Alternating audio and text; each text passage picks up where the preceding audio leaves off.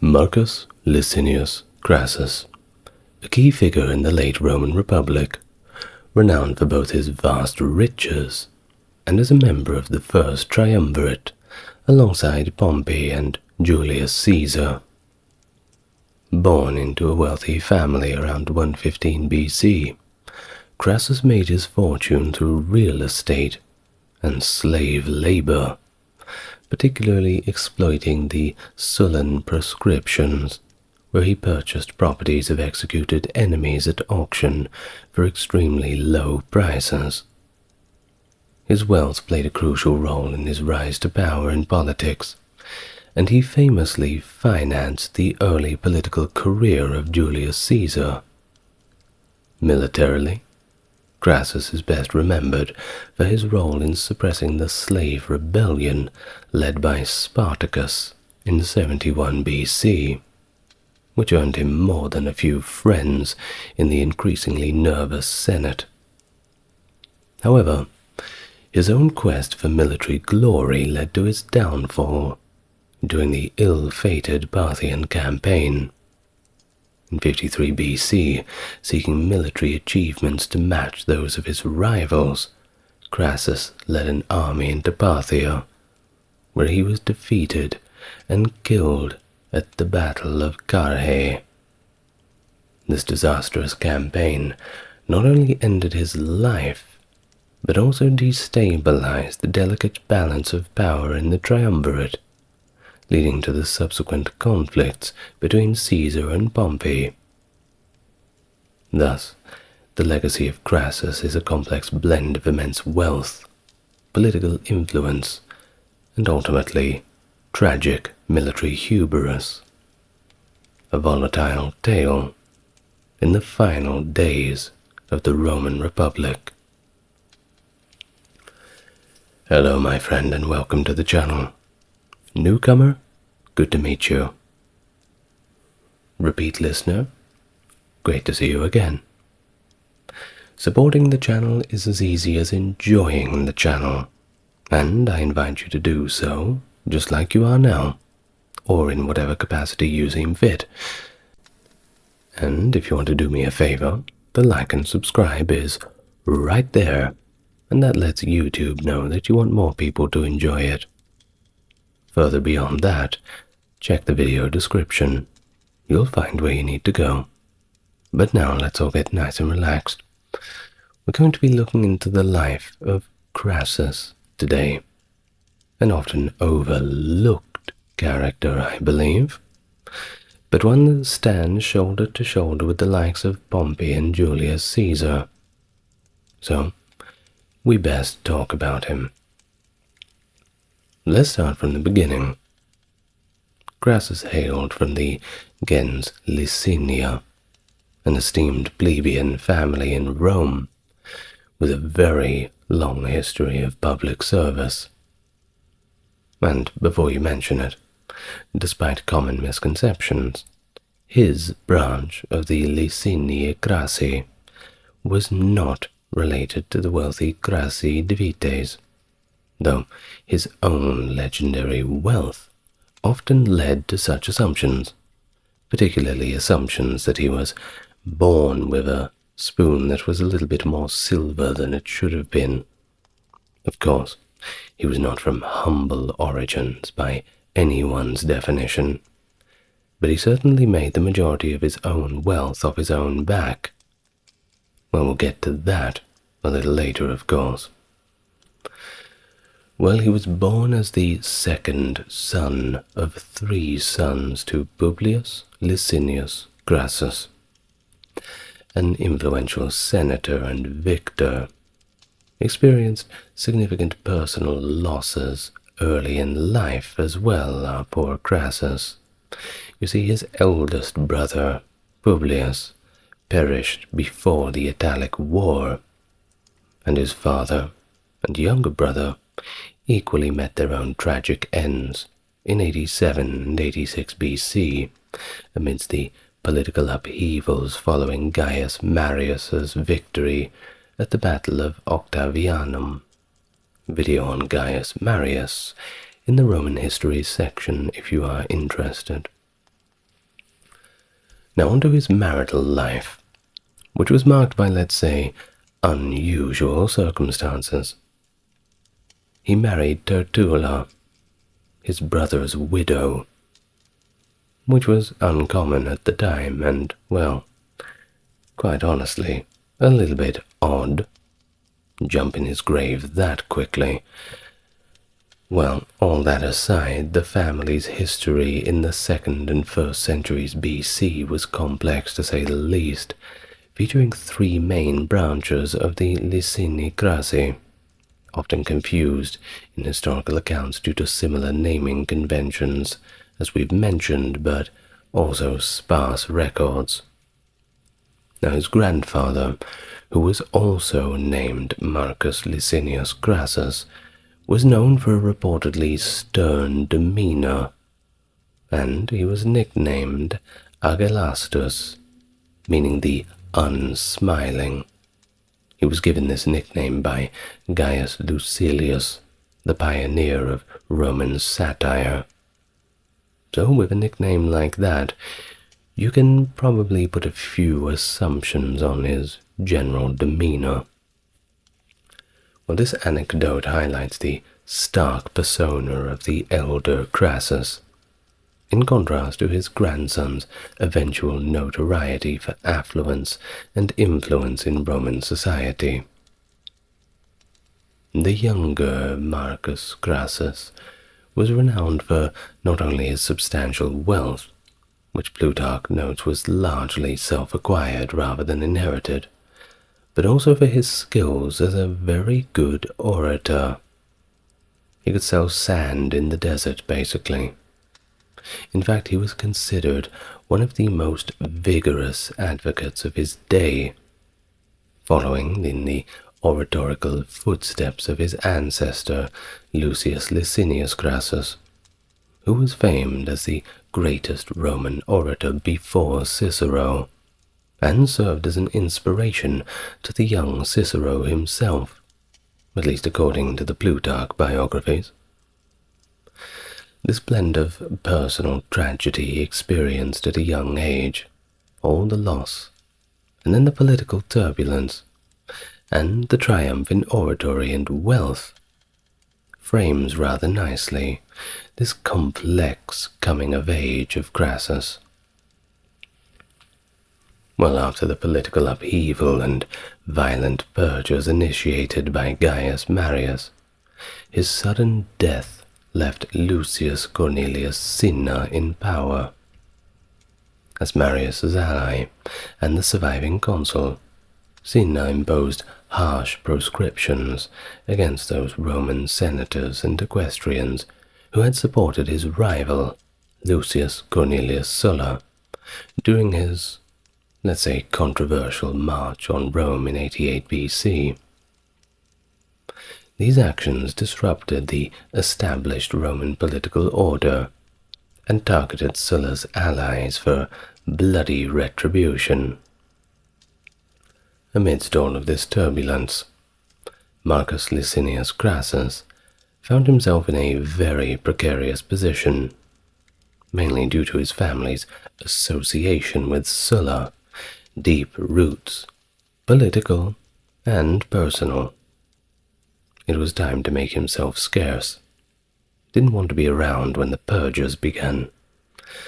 So, forced to flee the capital, Crassus sought refuge in Hispania, that's modern-day Spain, from 87 to 84 BC. 3 years just keeping his head down a little bit. But he had plans of his own, of course.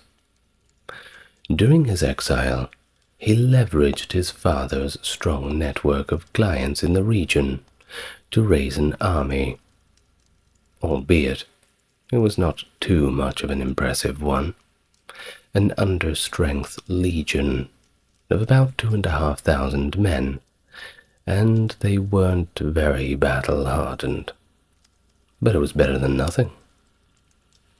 With this force, Crassus resorted to extorting funds from local cities to finance his operations, a practice that earned him a notorious reputation, and accusations such as the sacking of Malacca.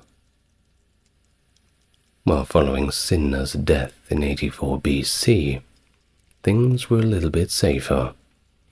So Crassus moved to the Roman province of Africa, where he briefly allied with one Metellus Pius, one of Sulla's staunchest supporters. However, disagreements with Metellus soon prompted Crassus to leave Africa, and so he sailed his forces to Greece, where he joined Sulla, who was preparing to reclaim control of Rome. During Sulla's ensuing civil war, Crassus proved his military prowess alongside Pompey by defeating the forces of Papirius Carbo at Spoletium and besieging the Marian commander Carrhae. Crassus' most decisive military role came during the Battle of the Colline Gate, where he commanded the right flank of Sulla's forces. Despite initial setbacks for Sulla, Crassus's segment of the army achieved significant success against the enemy forces. And when Sulla's center was faltering under the increasing pressure, Crassus's victory on the flank provided a much-needed morale boost. Upon hearing of the success of Crassus, Sulla ordered him to advance on the enemy's center. This strategic maneuver contributed crucially to turning the tide of the battle in Sulla's favor, and ultimately, the day was won.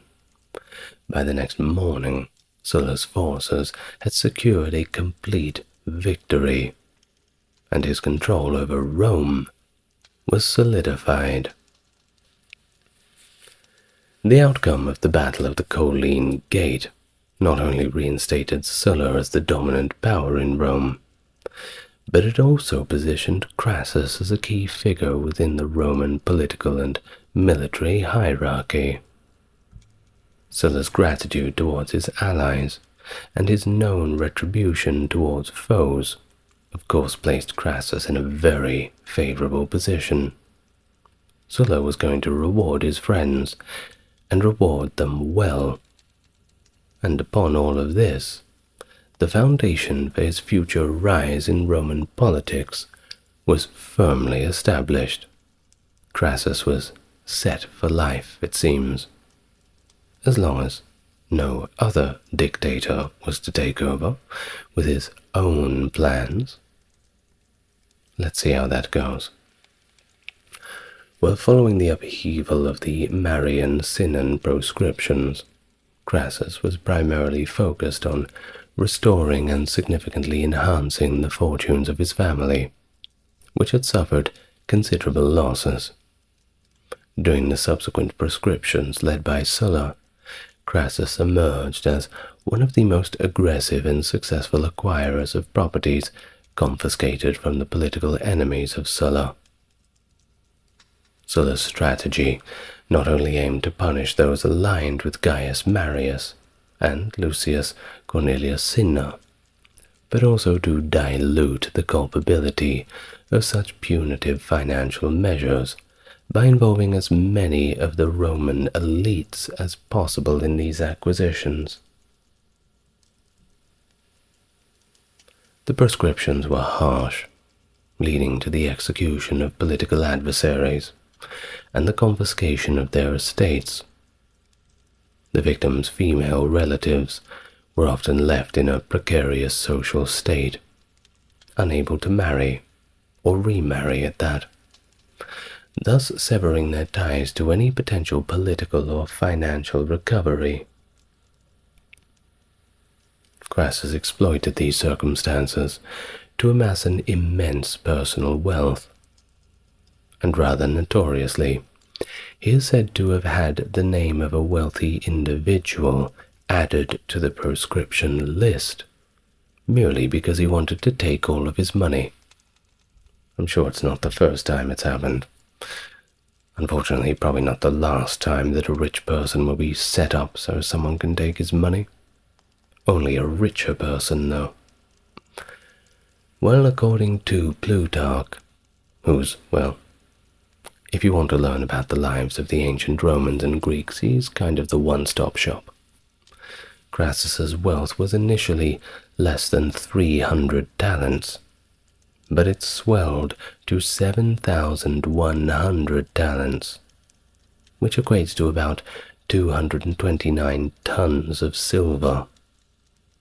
This fortune, which in today's terms would amass, at least of the silver prices of August 2023, to around $167 million. That's US dollars. And it was all largely amassed from the complete societal chaos of the time, just grabbing a little from column A, a little from column B, grabbing from this burnt-out estate and this seized property. It all adds up, capitalizing on both war and the misfortunes of others, which Plutarch phrases as making, and I quote, the public calamities his greatest source of revenue. Well, beyond his direct gains from the proscriptions, Crassus diversified his wealth through other ventures. He engaged in slave trafficking, operated lucrative silver mines, and made speculative real estate investments. Unfortunately, his other business ventures were just about as immoral as the first ones. And notably, he capitalized on frequent fires in Rome by purchasing fire-damaged properties and their adjacent buildings at reduced prices, often directly from distressed owners who were desperate to unload them. He then leveraged his substantial contingent of slave labor, reportedly over 500 of them skilled in architecture and building, to restore these properties at minimal cost. I'm sure with plenty of whip-cracking, though. Now, this strategy not only rehabilitated his assets, but also significantly expanded his real estate holdings throughout Rome, effectively rebuilding much of the city under his own ownership. Well, leveraging the frequent fires that plagued Rome, he came up with another idea. He would start the first fire brigade. That's right. Now, this all sounds pretty good, right? Making a fire brigade, well, that's very nice of him. Well, just wait a minute. This brigade consisted of about 500 men. And of course, it was created to combat the rampant fire outbreaks within the city. But this was no charity job. Crassus utilized the force in a manner that significantly augmented his wealth and property holdings. When a fire broke out, his brigade would arrive promptly at the scene. But they would only commence the firefighting operations after Crassus negotiated a purchase of the afflicted property. Of course, this had to be done very quick, and the owners were desperate. The more it burned, the less it was worth. So impulses were pretty high, I'm sure you can imagine. And thus he offered the distressed owners a fraction of the property's value. If they refused his very lowball offer, the fire brigade would simply let the building burn to the ground, and then it would be worth nothing. Through this ruthless strategy, he managed to acquire numerous properties, which he then refurbished and often rented back to their original owners or new tenants. While his manipulative nature extended into his social interactions, notably with Licinia, a Vestal virgin who possessed a highly desirable villa in the wealthy suburbs of Rome. According to Plutarch, Crassus's repeated attentions towards Licinia were not driven by romantic interest, but rather his desire to acquire her property at a bargain. His continuous courting led to accusations of impropriety, which brought him to trial. But ironically, it was Crassus's well-known greed that convinced the judges of his innocence regarding the charges of intimacy, as they believed that his interest in Licinia was purely financial motivated, as it was very obvious to any observer that that was the only thing he thought about. Eventually, Crassus did succeed in obtaining her villa, so mission accomplished for Crassus. Well, of course, despite his immense wealth, Crassus led a relatively modest domestic life. His meals were simple, and although he entertained guests, his gatherings were marked by generosity without ostentation.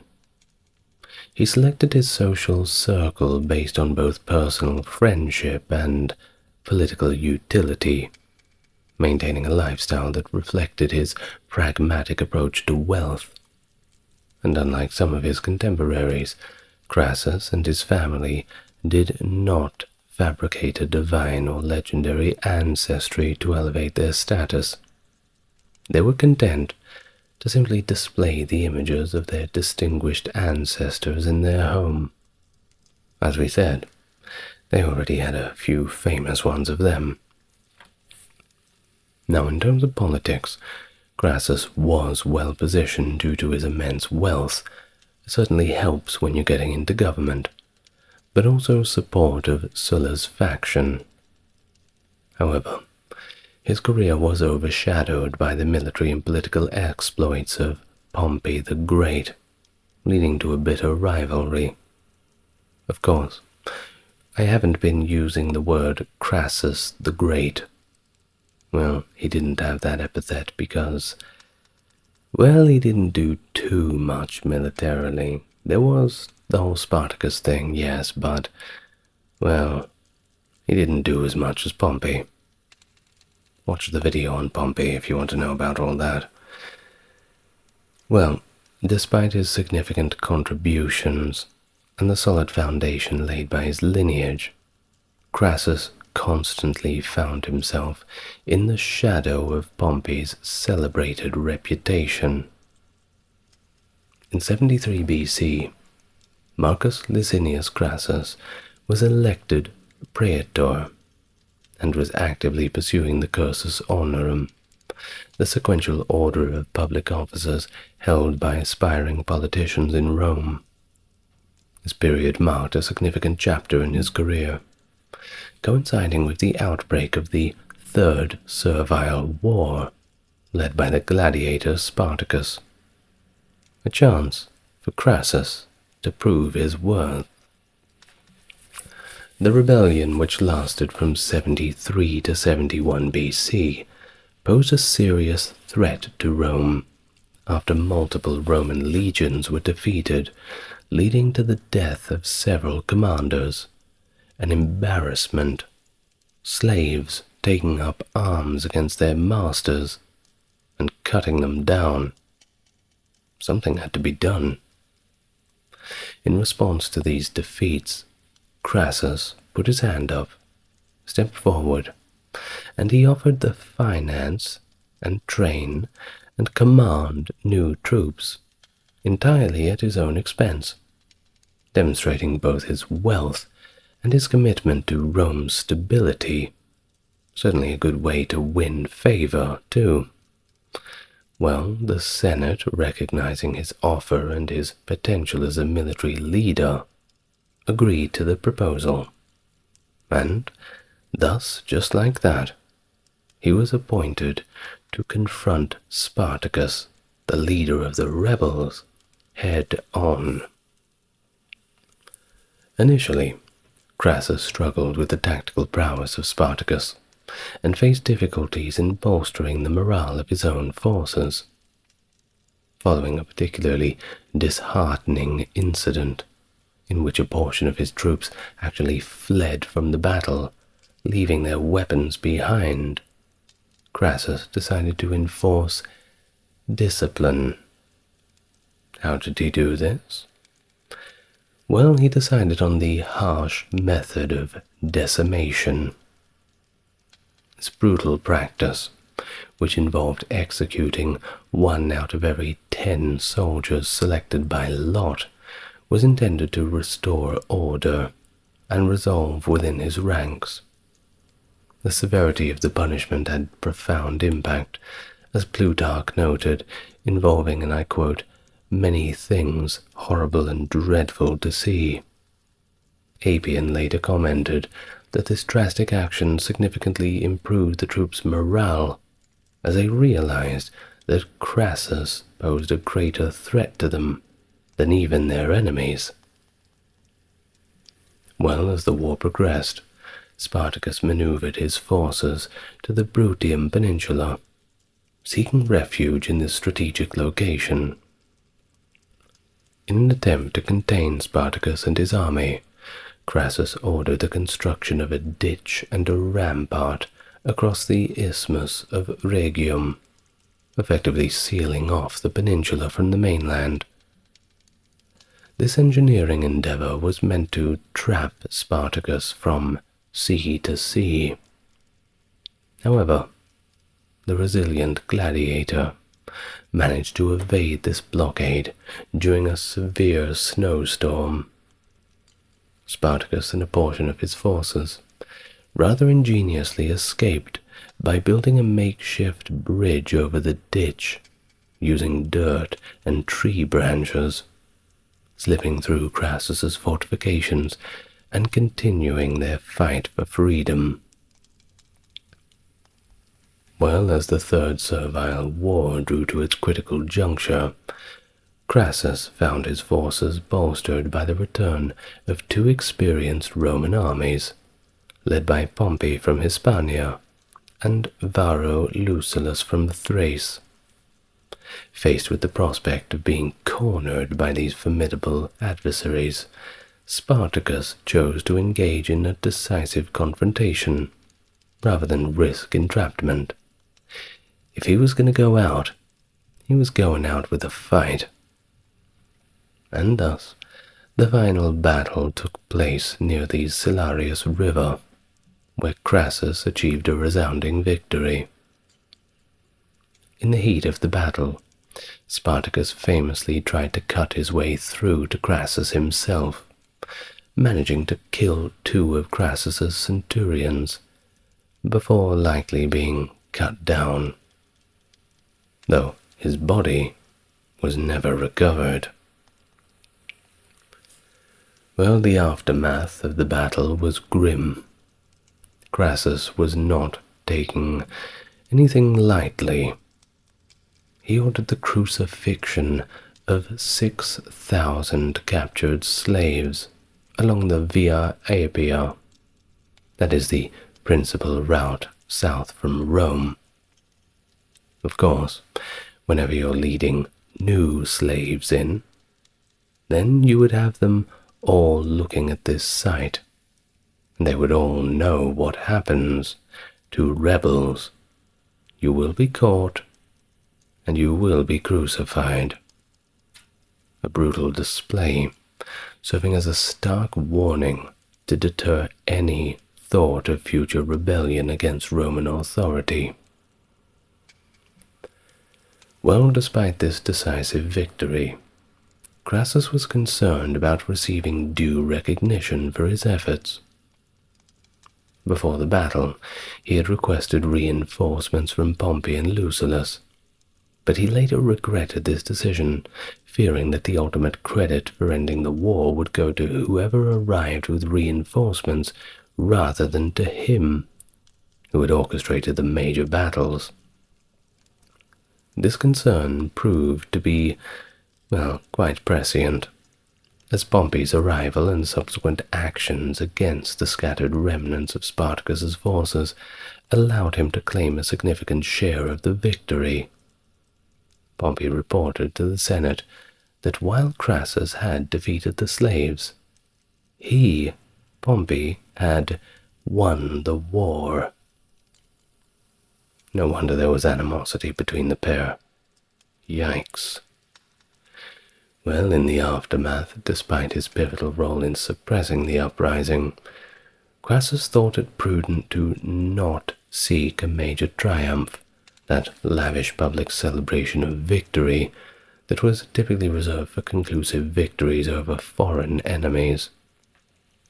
Instead, he settled for an ovation, a more modest form of triumph, traditionally awarded for lesser conflicts, such as those involving slaves. This decision reflected both the societal norms regarding victories over slaves, but also perhaps Crassus's own recognition of the shared nature of his triumph with Pompey.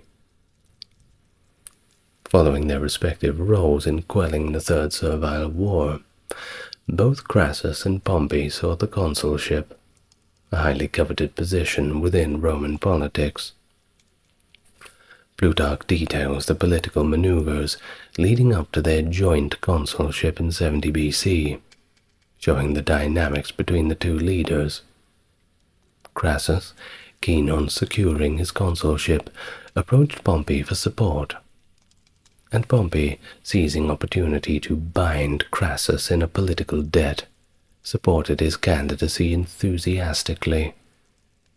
He even went as far as publicly declaring that he would value the colleague as much as the office itself, a gesture of public support from Pompey that played a role in Crassus achieving his political ambition.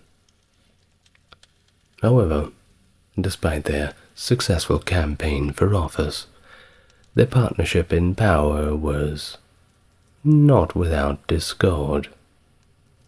According to Plutarch, once they were in office, Crassus and Pompey disagreed on practically every single issue, leading to a politically ineffective consulship marked by constant arguing.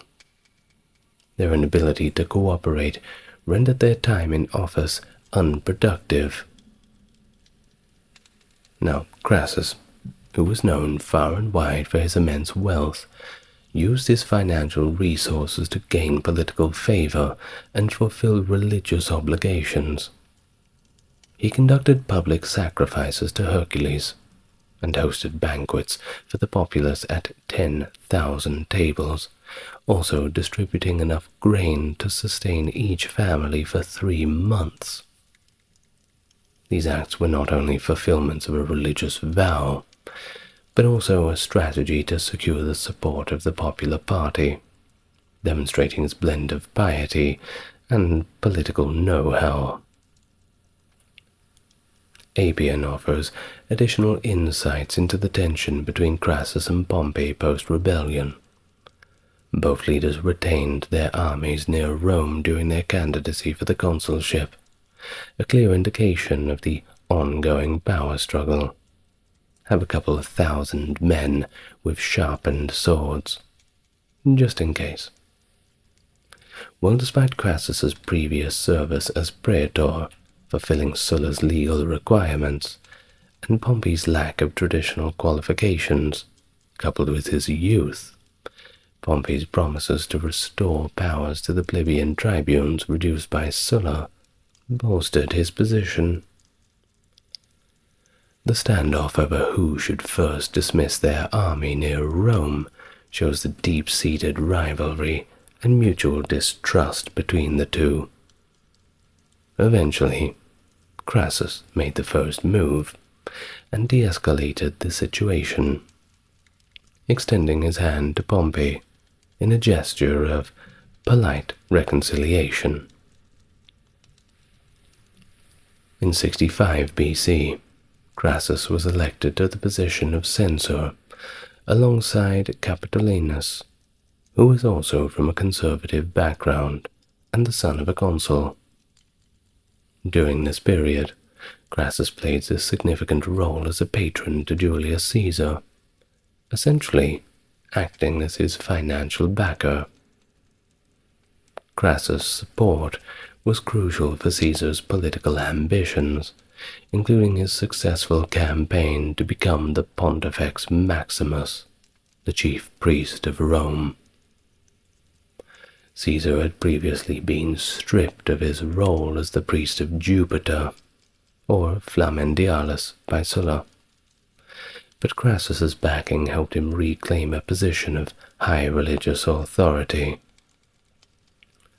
Crassus also supported Caesar's military ambitions, helping him secure command positions for his campaigns.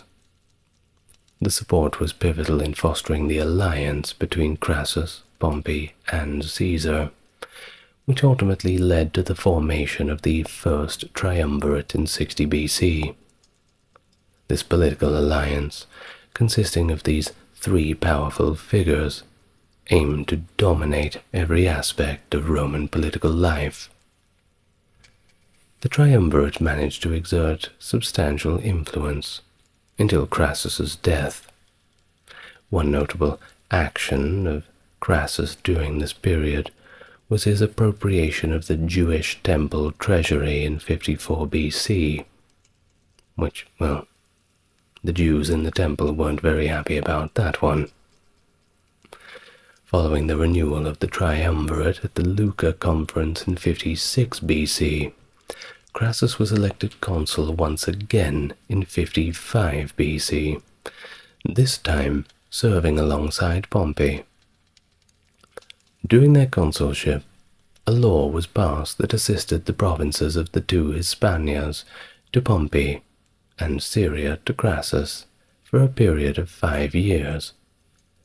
This arrangement was part of the strategic distribution of power and territories among the members of the Triumvirate, aiming to solidify their control and influence across significant regions of the Roman Republic, and thus assigned Syria as his province in 55 BC. Crassus saw an opportunity not only for immense wealth, but also for military glory, aiming to emulate the conquests of his triumvirate partners, Pompey and Caesar. His ambitions drew him to the wealthy and strategically significant region of Parthia, sparking what would become a disastrous military campaign. Crassus's opportunity for a safer military campaign came in the form of an alliance offer from Artavasdes II, the king of Armenia, who proposed to aid Crassus with a substantial force of 40,000 troops, 10,000 cataphracts, and 30,000 infantrymen. The Armenian king's condition was that Crassus route his invasion through Armenia, providing a safer passage and logistical support for the troops. However, Crassus, perhaps blinded by a desire for a swift victory, or perhaps distrustful of involving the support of the Armenian king, declined this offer. Instead, he chose a more direct but riskier route by crossing the Euphrates, replicating his prior year's successful minor campaign. Crassus was further misguided by Ariamnes, an Osroene chieftain who had previously aided Pompey. Unbeknownst to Crassus, Ariamnes was now in the pockets of the Parthians. He deceitfully encouraged Crassus to attack immediately, falsely claiming that the Parthians were disorganized and weak.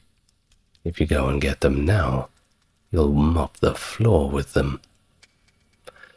So, Ariamnes led Crassus's forces deep into the desert, away from any sources of water, setting the stage for quite a catastrophe. In 53 BC, the Roman legions faced the Parthian army at the Battle of Carrhae, near modern Harran in Turkey.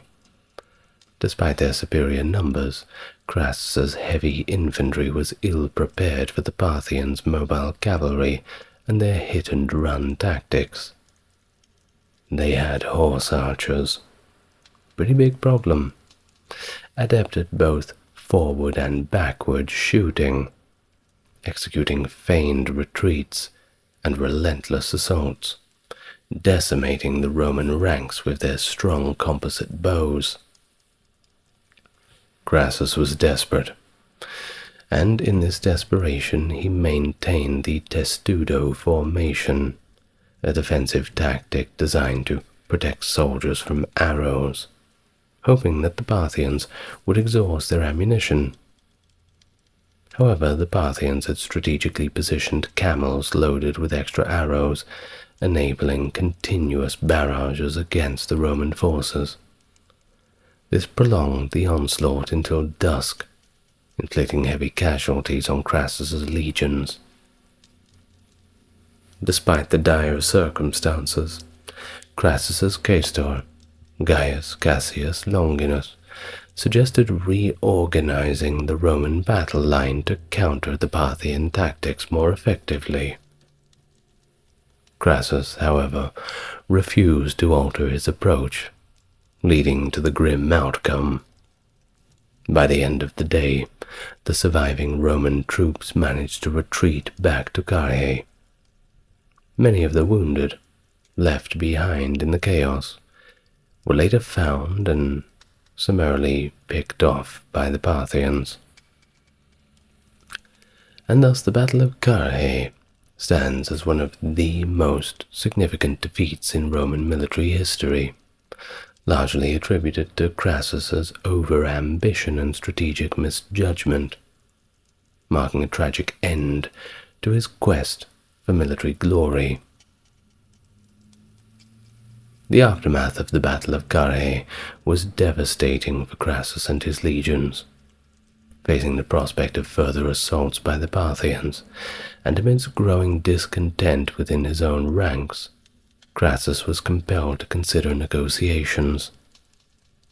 The Parthians, perhaps sensing the demoralization of the Roman forces, offered terms of peace, which Crassus's troops, teetering on the brink of mutiny, pressured him to accept.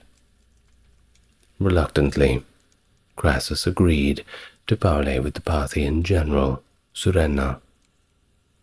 However, the peace meeting was of course marked by a deep mistrust on both sides. As Crassus mounted his horse to ride to the Parthian camp, his junior officer, Octavius, suspecting treachery, intervened by seizing the horse's bridle. This action precipitated a skirmish that quickly escalated, leading to the death of Crassus and most of his party. A tragic turn of events that effectively ended Roman efforts to negotiate and further plunged Crassus's men into chaos. Well, I suppose they're not really Crassus's men anymore if Crassus is dead. In a grim display of contempt for the notorious greed of Crassus, it is said that the Parthians poured molten gold into his mouth after his death, symbolically mocking his insatiable thirst for wealth. This symbolic act has been recounted through history as a poignant reminder of the perils of avarice. And thus the humiliation of Crassus did not end with his death. During a lavish wedding celebration in the Armenian capital of Artashat, attended by King Artavasdes of Armenia and the Parthian king Orodes II, the severed head of Crassus was reportedly brought into the festivities. At this event, they were entertained by a performance of Euripides' tragedy, the Bacchae. In a macabre twist, an actor named Jason of Tralles used the head of Crassus as a prop in the play, symbolizing the head of Pentheus, an act that chillingly blended Greek drama with the harsh realities of war and defeat. Furthermore, the account of Plutarch tells that the Parthians continued to deride Crassus posthumously by dressing up a Roman prisoner, Caius Pacianus, who bore a resemblance to Crassus in women's clothing. They mockingly called him Crassus and Imperator, parading him in a grotesque imitation of Roman triumphal processions, a spectacle designed to further demean the memory of Crassus and ridicule the Roman tradition of military parades that celebrated victory and imperial power. Accounts like this highlight not only the brutal nature of ancient warfare and the personal risks involved for leaders like Crassus, but also the deep roots of cultural and psychological warfare that could accompany many conflicts, using symbolism and spectacle to assert dominance and humiliate the conquered. But, as they say in ancient Rome, vae victis. Not so fun when you're on the other side of it, I suppose. Well, I'd like to thank my top-tier patrons: Britt, Charles, Stark Factory, JC, Jeffrey, Wendy, Tim, James, Aaron, Scott, Dark, and Ben. Thank you very much for joining in on the video with me tonight. It's always a pleasure. And you know I will see you tomorrow for more history. You never know what it's going to be. It could be anything. Comment down below what you want to see next. Good night, everyone. Lots of love to you all.